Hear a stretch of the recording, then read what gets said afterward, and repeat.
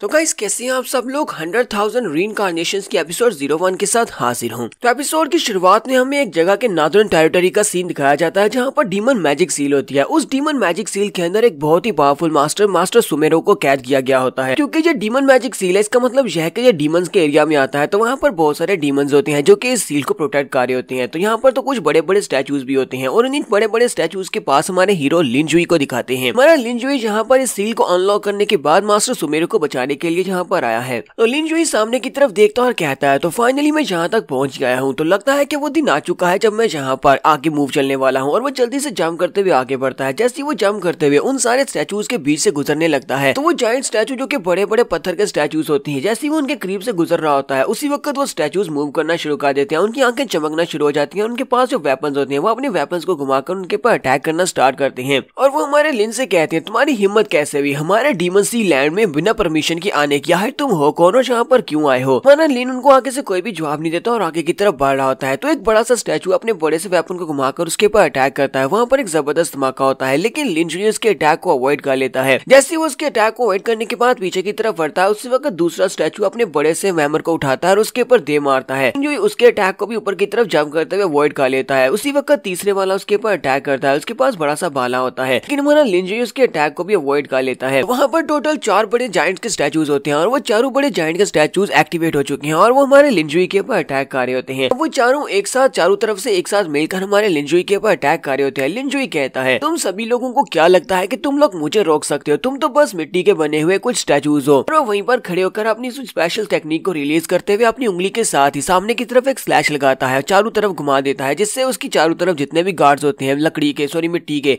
सारे ग्राउंड के ऊपर गिर जाते हैं, टुकड़े टुकड़े हो जाते हैं। क्योंकि लिनजुई ने यहाँ पर अपनी एनर्जी को गोल चक्कर में घुमाया होता है और उसके आसपास वो चारों स्टैचूज होते हैं। तो वो चारों के चारों इसके साथ हिट होने के बाद सेंटर से कट जाते हैं, उनके टुकड़े टुकड़े हो जाते हैं और वो वहीं पर गिर जाते हैं। तो उन सभी स्टैचूज को मारने के बाद हमारा लिनजुई अब आगे की तरफ बढ़ रहा है। उस डीमन मैजिक सील की तरफ वो आगे बढ़ता है और कहता है तो लगता है कि अब यहाँ पर अगला लाइन ऑफ डिफेंस आ चुका है। ये सारे के सारे तो कैनन फोडर्स हैं क्योंकि ये सभी लोग मरने वाले हैं। तो उसके सामने कुछ आर्मी गार्ड्स होते हैं, ये सारे कुछ स्पेशल सोल्जर्स होते हैं। उन सारे स्पेशल सोल्जर्स के साथ साथ कुछ डीमंस भी होते हैं जो कि तरह तरह के डिफरेंट काइंड्स के डीमंस होते हैं और काफी पावरफुल भी लग रहे होते हैं। इनमें से एक डीमन आगे बढ़ता है और हमारे लिन से सेम वही बात कहता है कि तुम्हारी हिम्मत कैसी हुई हमारे डीमन सी लैंड में बिना परमिशन के आने की? और वो अपने साथियों से कहता है जल्दी से जाओ, जाकर इस लड़के को पकड़ लो, अगर पकड़ सकते हो तो पकड़ो वरना इसे मार डालो। और वो सभी लोग हमारे लिनजुई को पकड़ने के लिए आगे बढ़ते हैं जबकि हमारा लिनजुई फिर से वहाँ पर हल्का सा मुस्कुराता है और कहता है मुझे तो लगा था कि ये लोग यहाँ पर किसी पावरफुल लाइन ऑफ डिफेंस को भेजेंगे लेकिन इन लोगों ने तो यहाँ पर राम वॉइड शैडोज को भेज दिया है। ये सारे होली राम वॉइड शैडोज ये तो सभी लोग तो पावरफुल स्पिरिट्स हैं। असल में ये अपने मास्टर्स के शैडोज है और इनके मास्टर्स जितने पावरफुल होते हैं ये स्पिरिट शैडोज भी उतने ही पावरफुल होते हैं। यानी कि अपने मास्टर से इनकी पावर्स कुछ थोड़ी बहुत ही कम होगी। लेकिन नॉर्दर्न एरिया में ये लोग यहाँ पर इस सील को गार्ड करते हैं। तो हमारा जाओ वहीं पर पत्थर के ऊपर बैठ जाता है जबकि वो सारे के सारे होली शैडोज उसके ऊपर अटैक करने के लिए उसके करीब पहुंच रहे होते हैं। और लिनजुई यहाँ पर हमें एक और बात बताता है। वो कहता है जहाँ पर इस डीमन सी के अंदर जो डीमन किंग्स है, तो 7 डीमन किंग्स है और उन सभी ने मेरे पर नजर रखने के लिए लगता है कि काफी बड़ी कीमत चुकाई है। लिनजुई कहता है चाहे वो कुछ भी खा ले लेकिन यहाँ पर उनकी दाल नहीं गलने वाली क्योंकि काम नहीं बनेगा। और वो उठता है और उन सभी के ऊपर अटैक करना स्टार्ट करता है। सिर्फ और सिर्फ एक ही एक पाम मारने से वो सारे के सारे होली शैडोज वहीं पर डिस्ट्रॉय होते जा रहे होते हैं। हमारा हीरो लिनजुई काफी ज्यादा पावरफुल होता है। वो उन सभी शैडोज के ऊपर अटैक कर रहा होता है, एक एक करके वो आगे गुजरता जाता है और यहाँ पर बैंग बैंग बैंग की आवाज आती है। यानी कि उसने आसपास जितने भी होते हैं उन सभी को मार दिया होता है। सिर्फ लास्ट के ऊपर उनका जो चीफ होता है वो बचता है। वो हमारे लिनजुई की तरफ देखकर बहुत सा घबरा रहा होता है और कहता है ऐसा कैसे हो सकता है। वक्त हमारा लिनजुई उसके ऊपर भी अटैक करते हुए आगे गुजर जाता है। वो अपनी उंगली को घुमाते हुए एनर्जी स्लैश लगाता है और उस बेचारे को भी मारकर आगे आ जाता है और हंसते हुए कहता है तो लगता है कि फाइनली मैं उस जगह के ऊपर पहुंच ही चुका हूँ। हमारा लिनजुई उस डीमन सील के सामने पहुंच जाता है। उस डीमन सील के सामने पहुंचने के बाद उसे मास्टर सुमेरो दिखाई देते हैं जो कि वहाँ पर चेंज में जकड़े होते हैं। मास्टर सुमेरो से कहते हैं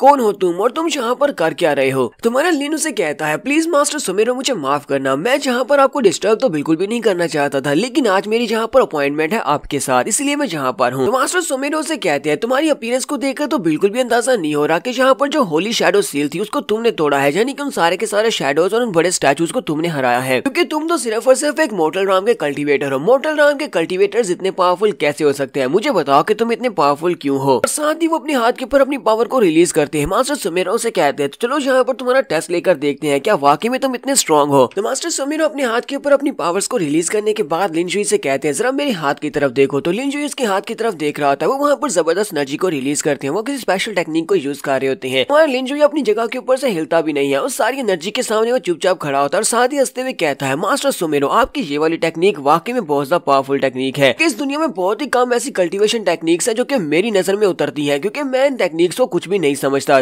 मैं तो इन सारी टेक्निक्स का मास्टर हूँ। तो मास्टर सुमेरो को भी यहाँ पर इस बात का अंदाजा हो जाता है। मास्टर सुमेरो कहते हैं, ये लड़का कोई सिंपल सा लड़का तो नहीं लगता। हालांकि इस लड़के के पास सिर्फ और सिर्फ मॉर्टल राम की कल्टीवेशन है, दिखने में भी ये बहुत ज्यादा कमजोर लगता है। इस लड़के ने मेरे स्पेशल टेक्निक, जिसको सनडाउ मेथड कहते हैं, इस टेक्निक को बड़ी आसानी के साथ समझ लिया। इसका मतलब यह है कि इसे ये टेक्निक पहले से पता है। तो हमारे लिंजाओ से कहते हैं, बताओ कि तुम कौन हो। तुम्हारा लिंजाओ से कहता है, तुम्हारा सवाल बहुत ही अच्छा है। हमारा लिंजाओ से कहता है, अच्छा ठीक है, फिर मैं तुम्हें यहाँ पर अपनी बैकग्राउंड स्टोरी के बारे में बताता हूँ। और यहीं पर हमारा सीन जो होता है वो फ्लैशबैक में चला जाता है। तो फ्लैशबैक में चले जाने के बाद हमें ट्रैफिक सीन दिखाया जाता है और हमारा मॉडर्न सिटी दिखाया जाता है। लिंजुई कहता है, मेरा नाम लिंजुई है। इस दिन मेरे एग्जाम्स होने थे, उसी दिन सड़क के ऊपर जाते हुए मेरा एक्सीडेंट हो गया था। अगर उस दिन मेरा एक्सीडेंट नहीं हुआ होता तो आज मैं एग्जाम रूम में बैठा होता, और उस एग्जाम के ऊपर डिपेंड करता कि मेरा फ्यूचर क्या होने वाला है, कि मैं फ्यूचर में क्या करूंगा। क्योंकि उस दिन हमारा लिंजुई एग्जाम के लिए काफी लेट होता है। वो बड़ी तेजी के साथ साइकिल चला रहा होता है और बड़ी तेजी के साथ साइकिल चलाते हुए आगे बढ़ता हुआ तो रोड को क्रॉस कर रहा होता है। हालांकि वहाँ पर रेड बत्ती होती है, लेकिन फिर भी साथ के ऊपर से एक ट्रक निकल आता है। वो ट्रक बिल्कुल भी ब्रेक नहीं लगाता और हमारा लिंजुई उसके नीचे आ जाता है और उसी के साथ ही वहीं पर लिंजुई की मौत हो जाती है। लिंजुई कहता है, मुझे इस बात पे बिल्कुल भी भरोसा नहीं था कि मरने के बाद भी कोई नई जिंदगी होती है। तब मुझे लगा कि अब सब कुछ खत्म हो गया है और मैं मर चुका हूँ। उसी वक्त मैंने एक दूसरे वर्ल्ड को क्रॉस किया और मैं मॉर्टल से इमॉर्टल्स की दुनिया में चला आया। हमारा लिंजुई यहाँ पर रीइंकार्नेट होता है। लिंजुई रीइंकार्नेट होने के बाद एक घर में होता है, अपने बिस्तर के अंदर उठकर बैठता है और कहता है, ये कौन सी जगह है, मैं कौन सी जगह पर आ पहुंचा हूँ। मेरा तो अभी भी एक ट्रैफिक एक्सीडेंट हुआ था। तो वहाँ से बाहर की तरफ निकलता है तो बताता है, मैं अपनी दुनिया को पार करने के बाद एक ऐसी दुनिया में चला है जिसको होंगमेंग कॉन्टिनेंट कहते हैं। होंगमेंग कॉन्टिनेंट के ऊपर 3 पावरफुल क्लैन है और इस वक्त मैं जिस क्लैन के अंदर था, यानी जहाँ पर मैं रीइंकार्नेट हुआ था, उसको वैंगजियान क्लैन कहते हैं। होंगमेंग कॉन्टिनेंट का ह्यूमनली इमॉर्टल कल्टीवेशन क्लैन है। रीइंकार्नेट होने के बाद मुझे इस बारे में बिल्कुल भी आइडिया नहीं था कि मेरे पास अब किसकी बॉडी आ चुकी है, और मुझे ये भी नहीं पता था कि इसकी बॉडीज के अंदर कौन सी मेमोरीज है, क्योंकि मुझे नहीं पता कि मैं कौन हूँ और कहाँ से आया हूँ। लेकिन अब जबकि मैं वैंगजियान सेक्टर में था, होंगमेंग कॉन्टिनेंट में, मुझे पता था कि मुझे यहाँ पर रहना है। तो मुझे लगा कि शायद मैं भी यहाँ पर कल्टीवेट करके अपनी अपॉर्चुनिटीज को हासिल कर सकता हूँ और आगे बढ़ सकता हूँ। सबसे पहले तो मैं वैंगजियान सेक्टर के कुछ डिसाइपल्स के पास गया। मैंने जाकर उनसे बात की। मैंने उनसे कहा कि मैं यहाँ पर कल्टीवेशन को हासिल करना चाहता हूँ, मुझे मार्शल आर्ट सीखनी है, तो क्या तुम लोग मुझे अपने सेक्टर में ले लोगे।